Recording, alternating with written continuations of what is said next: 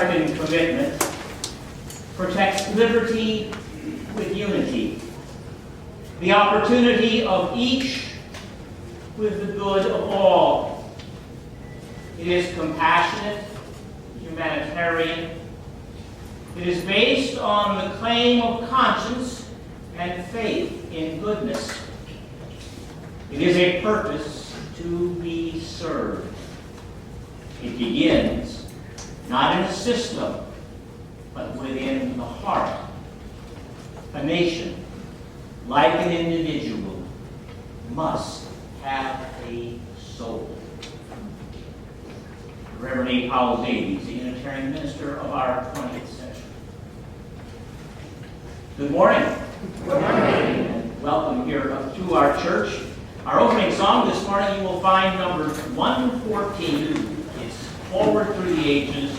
We'll sing the first two verses, all of us at our places, and then we begin the third verse. I invite children and teachers, any adults who would like to join us to join Chelsea and me up here in front. Let us rise and sing.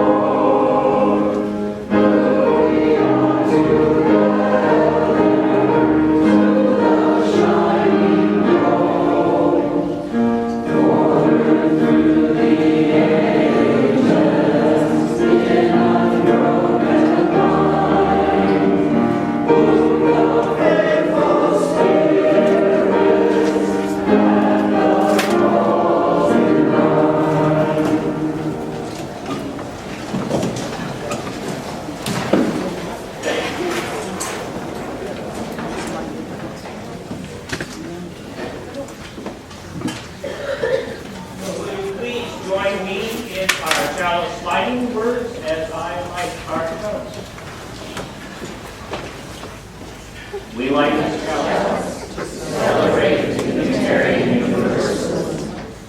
We are a church of open minds. We are a church of loving hearts. We are a church of helping hands. Together we care for our earth and work for justice and peace in our world. Our story today is called Stars father had read her a story. He had tucked her in and given her a kiss. He was about to turn out the light when Amanda said, "I don't want to go to sleep." "Why not?" Daddy asked. "I'm afraid of the dark." Daddy reached down and hugged her and then picked her up in his arms. He felt big and strong. "The dark," Daddy said, "that's nothing to be afraid of." "But scary things live in the dark." "No, wonderful fun things live in the dark. Let's go look for some." When they were outside, Daddy said, "Look all around you and tell me what you see." "Fireflies," said Amanda. There were a lot of them, blinking in the air like tiny lanterns, off and on, glowing yellow spots in the dark. "Are they scary?" "No," Amanda said, "they're not scary, they're fun." Then Daddy pointed to some stars and told her they were called the Big Dipper, and he showed her how they pointed to another star, one that looked especially big and bright. "That's the North Star, and it is always in the same place in the sky," her dad said. "It's a special star." Amanda looked all around the sky at the stars, so many of them, and some of them were twinkling like fireflies. "Stars are beautiful," said Amanda. Amanda and Daddy watched the fireflies and the stars and listened to the crickets. "Are the crickets scary?" asked Daddy. "No, they sound nice. It's night music." And then it was time to go back inside. "But my room is still dark and scary," Amanda said. "It doesn't have stars and fireflies." "Well, we'll fix that," Daddy told her. The next day, Daddy came home carrying a bag. He said it was a bag full of stars, beautiful stars for Amanda.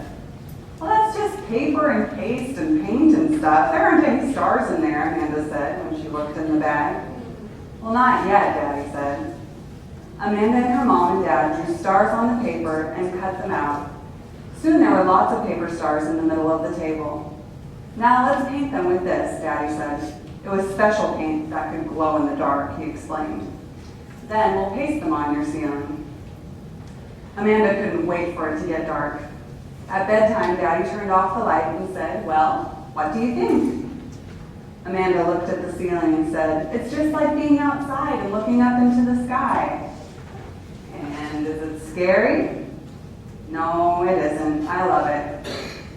"See that star?" Daddy said, and he pointed to the biggest one.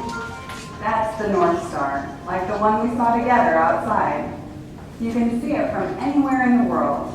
And when I'm away, you can look at it and think of me. It will be our star." "Will you be gone a long time?" Amanda asked. "Yes. When I get home, you will be so much bigger, and you can tell me about everything that happened while I was away." Amanda hugged her dad. She already missed him. On the last day before he went, Amanda's daddy said, "I have another surprise for you." "What is it?" "Close your eyes." Amanda did, and when she opened them, her daddy was holding a puppy. "I love him," Amanda said. "What's his name?" "Oh, I thought we'd call him Bear. That's another name for the Big Dipper, the stars I showed you." Every night after her daddy went away, Amanda would look at the Big Dipper and the North Star and think of him. "That's our star, Bear," she would say. "Yours, mine, and Daddy's." Amanda and her mom sat on the bed. They sat very close so Amanda could comb her mother's hair. "Are you scared for Daddy?" Amanda said. "Yes, sweetie," Mommy said. "He's so far away." "Is it dangerous where he is?" "Yes, it is. Your dad is a brave man." "Amanda," her mother said one day, "guess who's calling?" When Amanda picked up the phone, her dad said, "How's my girl?" She was so excited she couldn't hardly talk. "Are you coming home today?" Amanda said. "Not today," Daddy said. "Soon, though. And you know what?" "What?" "It's night where I am, on the other side of the world. And I'm looking up at our star and thinking about you." "I want you to come home," Amanda said. "I will soon," said Daddy. "And I want you to do something for me." "What?" "When you go to bed tonight, look up at our star and make a wish. Make a wish for me to come home soon." "I will," said Amanda. I want us, if you will please, to look very carefully at this picture. This, of course, you know, is a picture of our world. And if we are about there on that world, Amanda's dad is way over here on the other side, which is why when it's light here, it's dark there, because we're turned away from the sun and toward the sun at different times. I want you to look now at the picture and tell me if you can see what this is back here. Anyone? It's a tent. And I want you to look at Amanda's daddy's clothing. And I want you to tell me what it may mean about where he is and what he's doing. What is he doing? He's in the army. And he might well be fighting the war, mightn't he?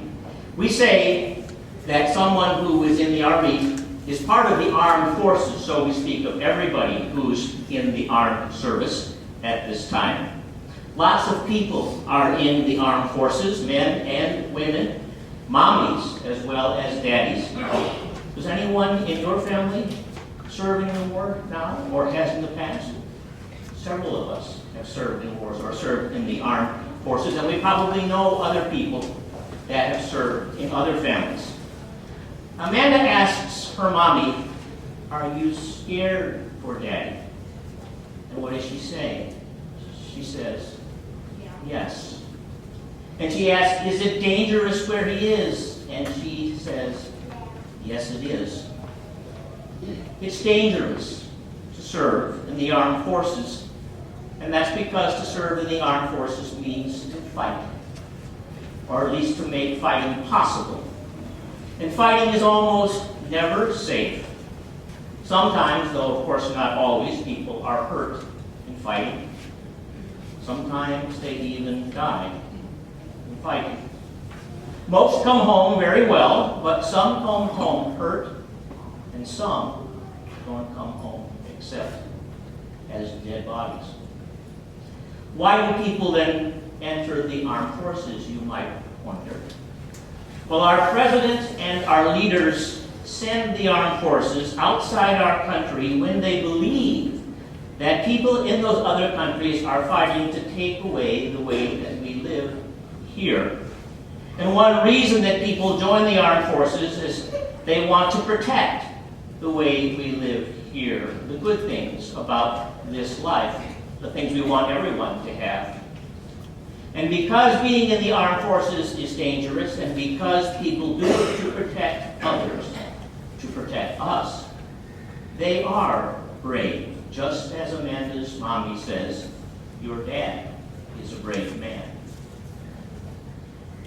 We call those who have been in the armed forces veterans, and every year there is a day when we honor and thank our veterans. And so I'm going to ask now if there's anyone here who is now or who has been in the armed forces at some time in your life. Anyone here? Would you please rise, all of you? And would you let us all thank you for your service?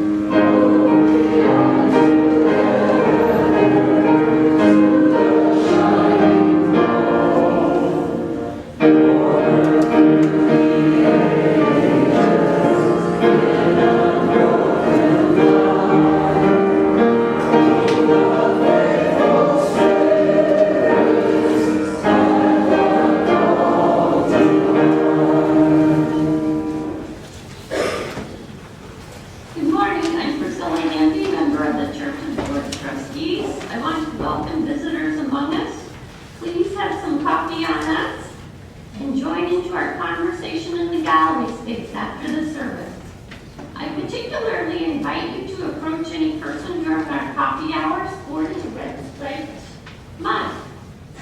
Those red striped mug individuals are my fellow trustees, and they will happily chat with you and answer any questions you may have about our church. Any guests who would like to stand and introduce themselves will be given a chance to do so later in this announcement period. Will the ushers please come forward now to receive offerings in support of work of the church. Now is a good time to silence your cell phones and electronic devices, please. Our campus ministry group, UUNL, is hosting their annual philanthropy fundraiser this Friday, November 15th. This is a correction from the announcement in your Beacon UU Beacon. You may enter Chili by signing up in the gallery today after service, or just come and eat. We begin serving at 6 p.m. At least 40% of the profits will go to Voices of Hope. So again, that's this coming Friday, November 15th. The UUSC holiday cards are on sale in the gallery. A wide variety of new styles are available. Proceeds support the Unitarian Universalist Service Committee. The current UUSC call to action asks us to consider signing a moral statement supporting an increase in the national minimum wage. Act by this Wednesday, November 13th. The link is on page 3 of your bulletin and on our Facebook page. Okay, save these dates. First date is Monday, November 18th. Later this month, our Social Justice Committee and Nebraskans for Peace are co-sponsoring a presentation in our sanctuary called Localizing Our Food Supply: How Shifting to Local Foods Increases the Reliability of Our Food System and Builds Stronger, More Resilient Communities. Again, the date is Monday, November 18th. Early in December, our Religious Growth Committee will host the annual Super Supper here at church. The date is Friday, December 6th. To sign up to bring soup or salad, please see Yvette in the gallery space after the service. If you have not already turned in your pledge card to the office, please stop by today. We need to start planning for our exciting year ahead, and we can't do that until we hear from you. I will be available in the gallery space during fellowship time after service. If there are any issues that you would like to bring to the board's attention, you can bring that to the board. Anyone sporting a red stripe mug, you can certainly talk to and bring issues to the board's attention. And now, visitors or guests, if you'd like to stand and introduce yourselves, we'd be happy to meet you.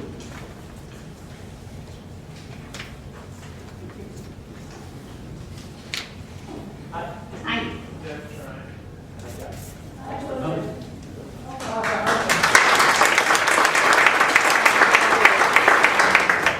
Anyone else? All right, well, thank you for being here.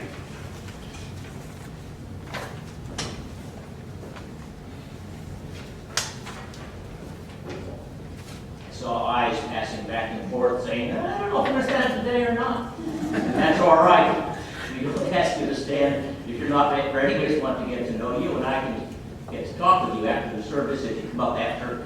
I guess I'll be over by the front door, which is now over that way, and people can begin to get acquainted. I want to welcome into our midst those among us who have been doing our work this past week, those who have been practicing the principles that we come here on Sundays to celebrate. In these walls and beyond these walls, I want to add my voice to the Unitarian Universalist Service Committee's in asking us to consider signing the moral statement on the national minimum wage at uusc.org. The complete link is in your bulletin. Or I want to celebrate all of your work, no matter what principle it is in practice of.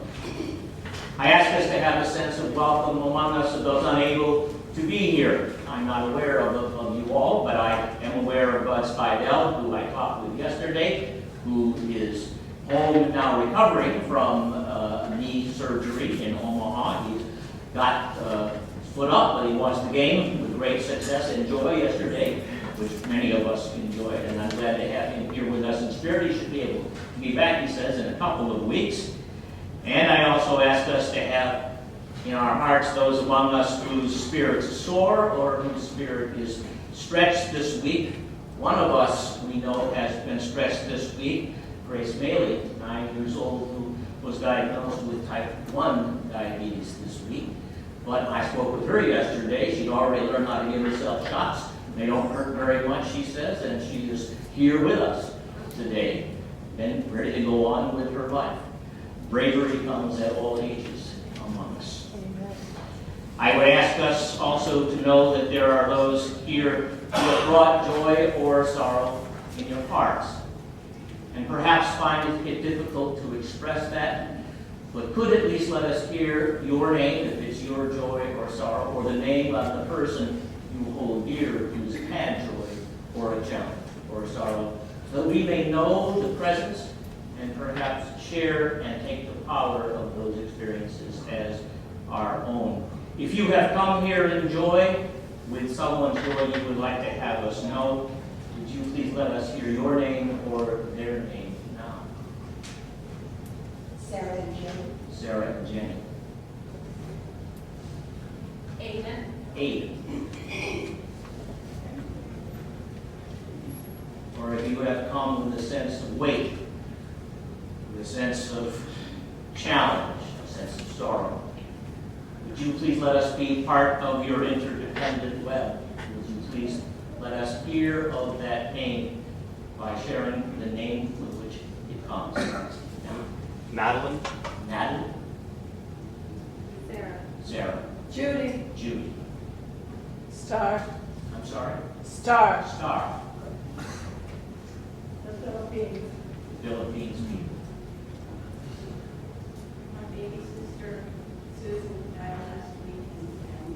Susan and her family. Let us make this way ours to carry. Let us make the joy which preceded it ours to draw strength from. Let us gather in full appreciation for the ups and downs of living. Let us know that we here can grow even in pain, can grow from our joy if they are shared. Please join me first in silence to knit together our life. Join me there now.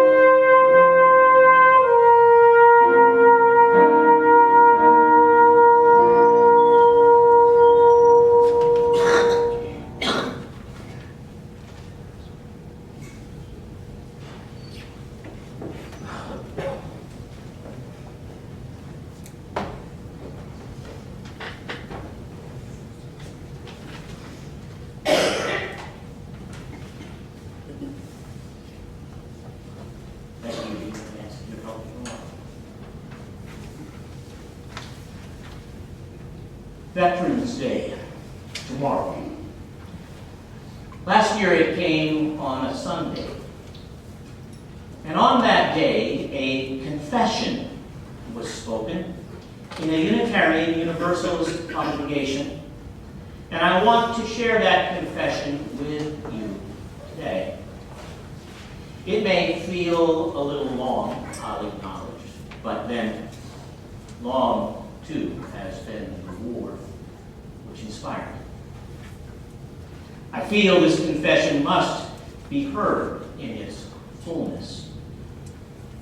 So now, if you would please, join me in the spirit of reflection, of meditation, of prayer.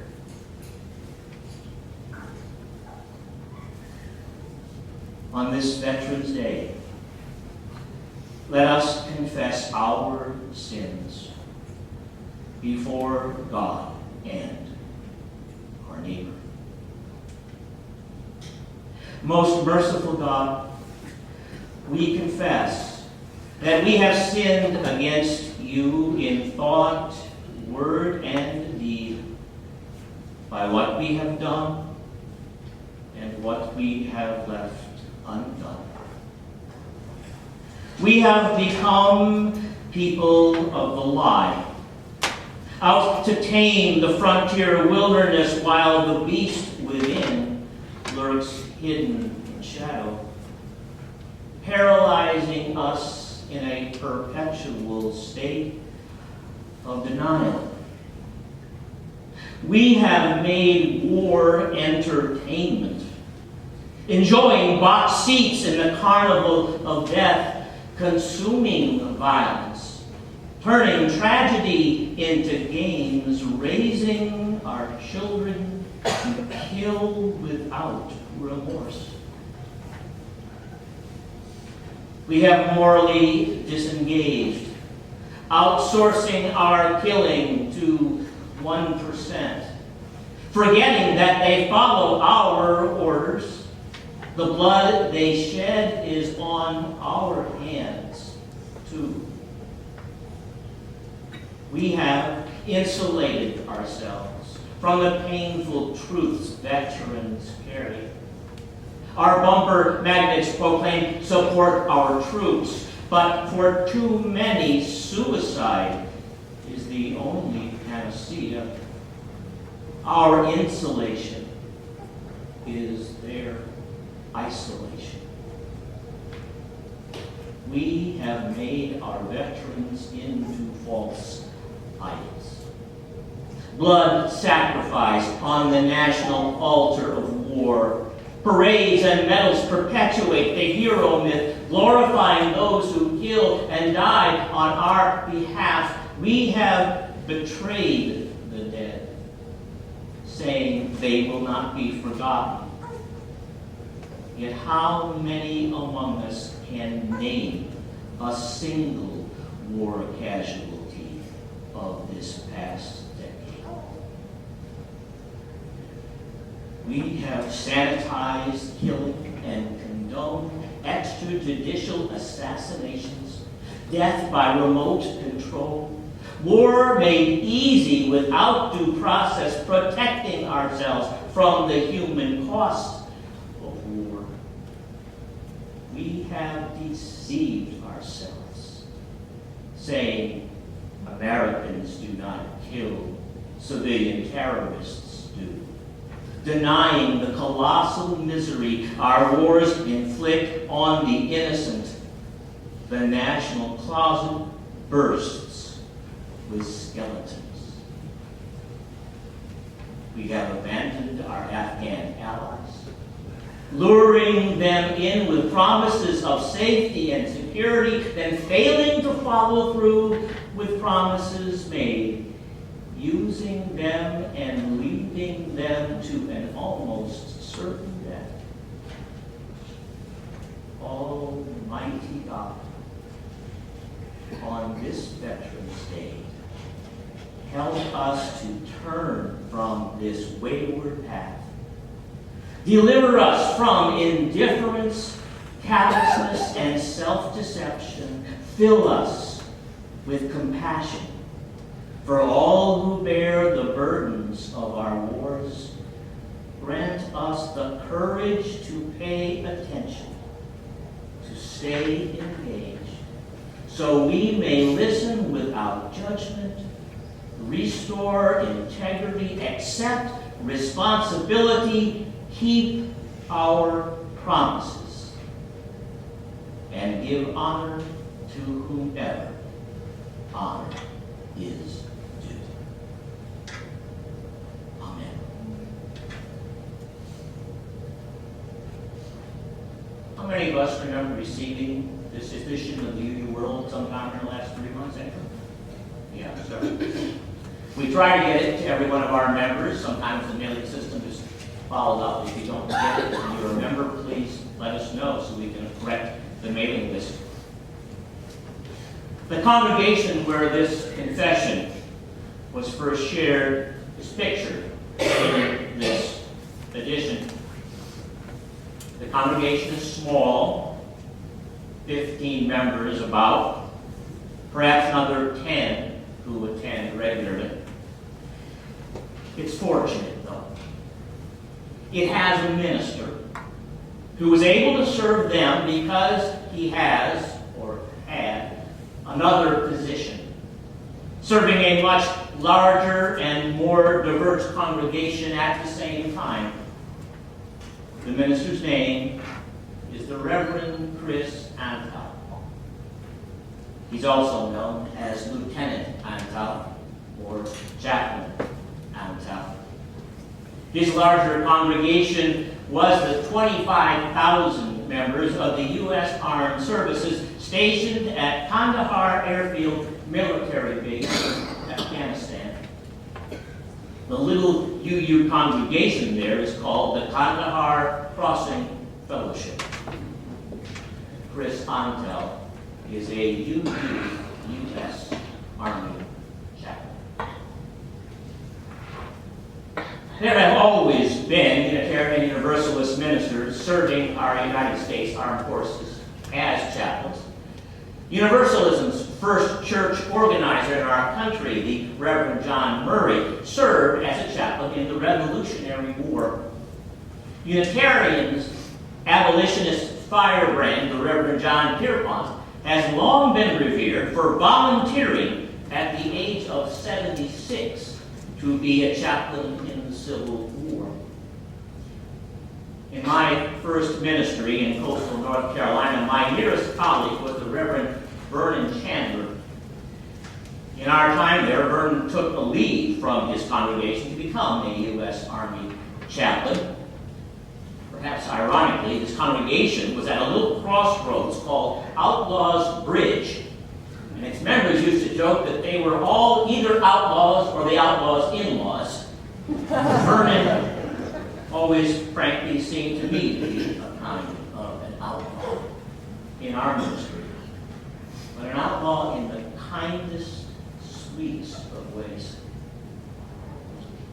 Through most of my career, military chaplains among you, the clergy, have never numbered more than 2 or 3, so I feel lucky to have known one well.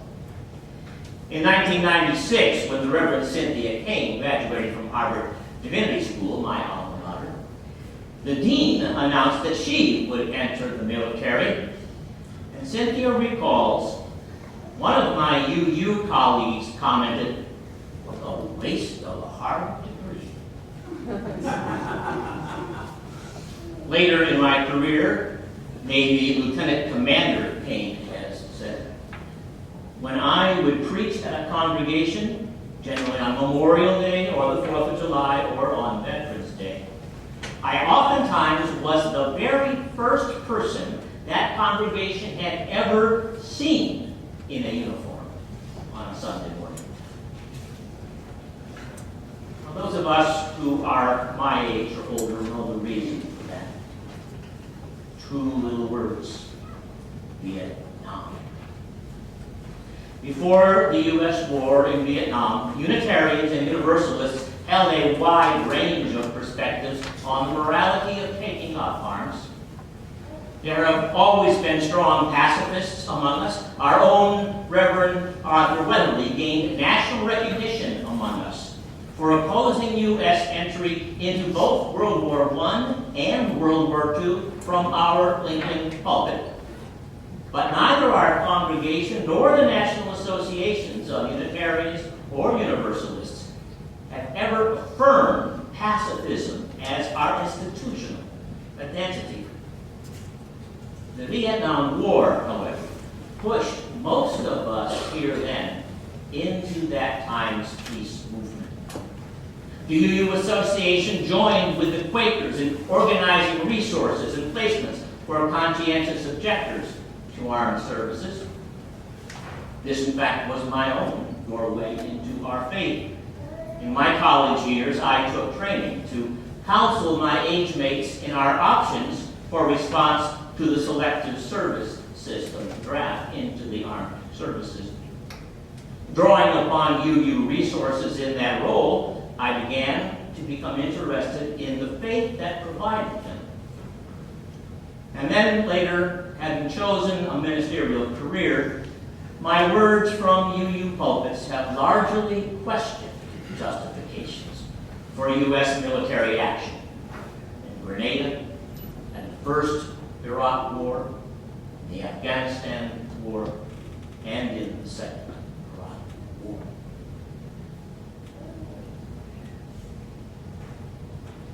The events which ignited these most recent wars, however, have spawned a now growing voice in our ministry.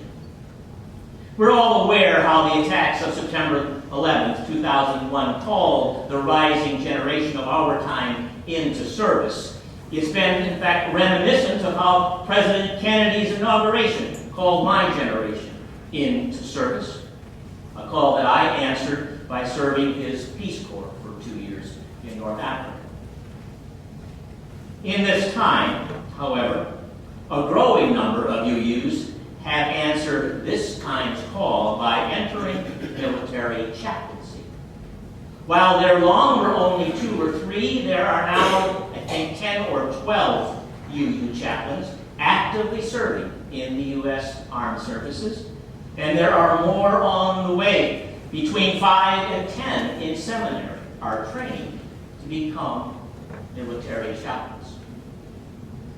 Back in the Vietnam War era, my training and work as a draft counselor did not confirm me as an objector to military service. I decided I didn't qualify. In fact, taking a lead from my father's World War II service in the Army Air Corps, as it was called then, I even walked one day into an Air Force recruiter's office. I learned then that I was 1 inch too short to be taken into officer candidate school in any armed service. I was tall enough to follow military orders, but not tall enough to give them. Last spring, though, I became an officer of another kind. I was elected by the Unitarian Universalist Ministers Association to a position that we call Continental Good Officer. As CGO, I coordinate a continent-wide corps of ministers who counsel and support colleagues through tensions in our ministries, tensions often between ministers and the institutions that we serve. I know something about that, When such tension takes on a national or international dimension, I often become personally involved as Continental Good Officer. And this is how I have met the Reverend Chris Antal. Lieutenant Antal's ministry to his congregation in Condal are not the same, is not the same now as when he shared his confession last Veterans Day. His ministry has become virtual rather than direct. While deployed in Afghanistan, Lieutenant Antal maintained affiliation that is required by all active UU ministers with an established established congregation, and he did that by affiliating with the staff at the Church of the Larger Fellowship. The CLF, as it's called, is our largest church, numbering in the thousands, including many military personnel and their families. 2 weeks after his Veterans Day service in Kandahar, Chris posted his confession on the CLF website. And as with his prior posts, it was accompanied by Lieutenant Antal's picture in uniform. In January, then, Lieutenant Antal received a General Officer Memorandum of Reprimand from the commander of his unit, a Brigadier General Carpenter. The order states, "Your post on the CLF website was in clear violation of Army Regulation 670-1, paragraph 1 through 10J, which prohibits wearing Army uniforms in connection with the furtherance of any political interest, and when the uniform would bring discredit to the Army." This order removes Chaplain Antal from that general's command in Kandahar. It returned Chris to stateside service with the New York Army Reserve. Lieutenant Antal has appealed this memorandum, supported by our UU Association's military service endorser. Chris has affirmed that his confession was a pastoral, not a political statement. It was an effort to give voice to the inner anguish of the members of the Kandahar Fellowship and to the members of the Church of the Larger Fellowship. His words, he's convinced, fulfilled Army Regulation 165-1, paragraph 3-3, which states, "Chaplains, in performing their duties, are expected to speak with a prophetic voice and must confront issues of moral turpitude in conflict with Army values." The Reverend Meg Ryan, senior minister of the Church of the Larger Fellowship, has written to General Carpenter saying, "I read Reverend Antal's confession not as an indictment of the military, but of my country at large, for leaving those in harm's way isolated and invisible."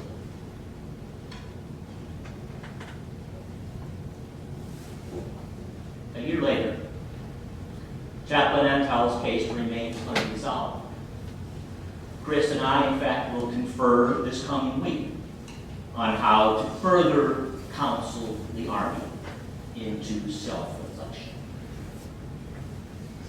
My own self-reflection on the UU calling to military service, however, has already been transformative. I reflected on the vast scope of a military chaplain's work in this time. In his first 3 months of a deployment in Afghanistan, I learned that Chaplain Antal conducted at least 5 multi-faith worship services each week. In the military, they say, whatever day the chaplain makes it to your site, that's Sunday, and you're there. Over that time, Chaplain Antal also counseled approximately 200 soldiers, 3 months, 200 in individual and group settings. Somehow in that same time, Chaplain Antal was able to form a support group for soldiers in committed same-sex partnerships. After the repeal, of course, of Don't Ask, Don't Tell. To coordinate a program facilitating soldiers' donation of blood platelets to the base hospital, and coordinate another program organizing soldiers to work with Afghan children at a bizarre boys' school, that's spelled B-A-Z-A-A-R, boys' school, the Marketplace. And in those same 3 months, Chris also performed 8 dignified transfer ceremonies. Those are field memorial services for those killed in the line of duty as the remains are transferred. My reflection has been deepened by this little book. It's designed, as you can see, to be carried in a uniform shirt pocket. Bless all who serve, sources of hope, courage, and faith for military personnel and their families.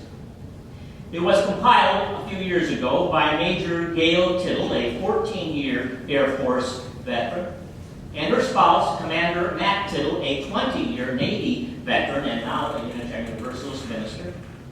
Our openings and closings for this service this morning, both the songs and the readings, are all found in these pages. They are power-packed. The most striking words in this book, for my reflections, are those of one of Chris's senior colleagues, Unitarian Universalist Air Force Chaplain, Major Zolani Petzela. Zolani has helped me see military service fundamentally as an act of faith. He writes, for military members, faith has a set of meanings concerned with protecting democracy and trusting our leaders. We offer service to our country in good faith and hope that our service will bring about the common good. Faith in democracy. Faith in leadership. These are bedrock Unitarian Universalist values. We covenant, we say, to affirm and promote the use of the democratic process in society at large. The living tradition we share, we say, draws from the words and deeds of prophetic women and men, which challenge us to confront powers of evil with the transforming power of love. All persons who enter the United States military service now volunteer to do so, whatever social forces condition their will. Their faith is that we, the people, speaking in our majority voice, will choose and school our leaders to risk the service person's health, to risk life itself only as absolutely necessary to serve our nation's founding values, our inalienable rights to life, liberty, and the pursuit of happiness.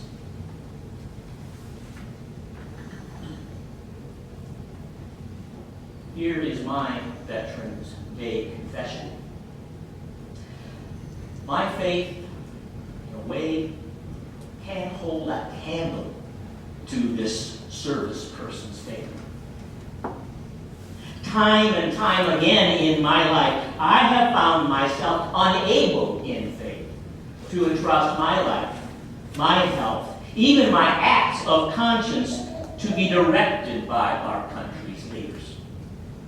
Even though they have been legitimately chosen by our society's democratic process, and even though they have been striving to serve our UU goal to create a world of liberty for all. My faith could not embrace our majority or our leaders as prophets of transforming love. I'm not taking on sackcloth and ashes here. I'm not renouncing or reviling my faith in my independence from military service or from foreign service, which I consider even more seriously. I'm perhaps even dangerously proud of my Peace Corps service, which I chose instead of military service. But what's new here is my proclaiming my respect, even my reverence, for the faith of my colleagues in UFLAG.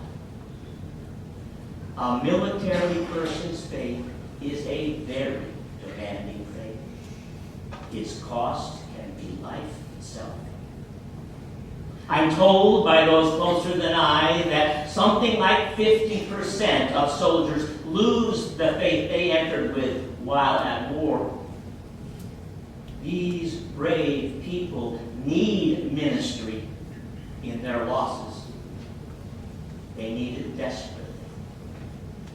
And I can only thank God for my Unitarian Universalist colleagues who are there to give that ministry.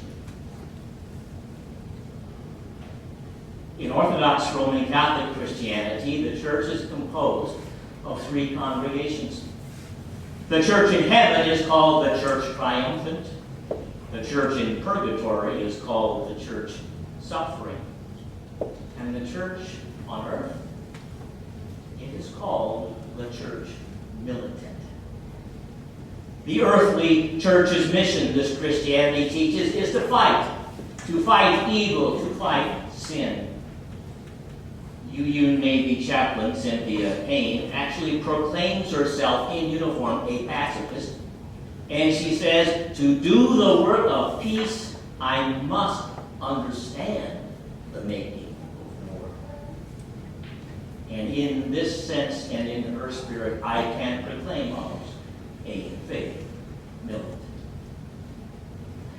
We opened our service singing Forward Through the Ages.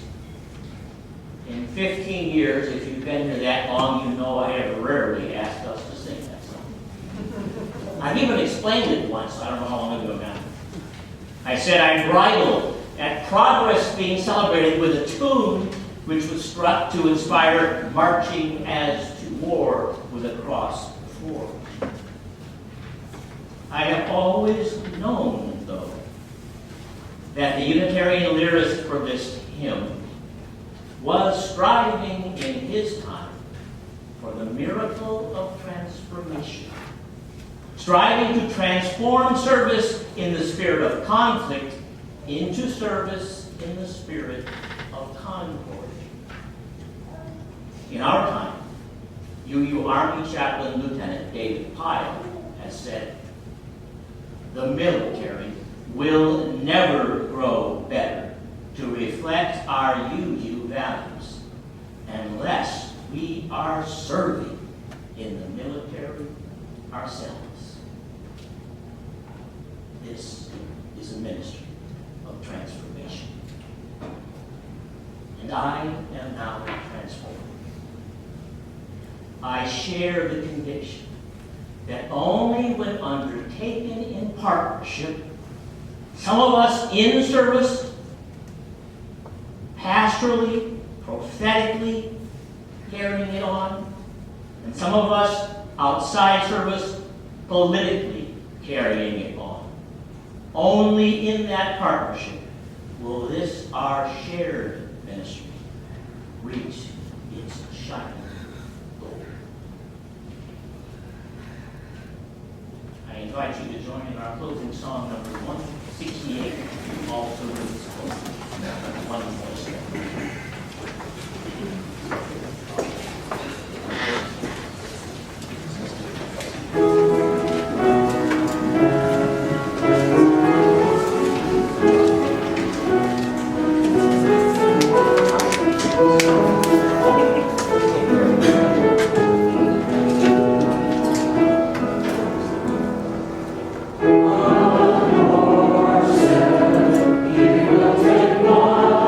Lord,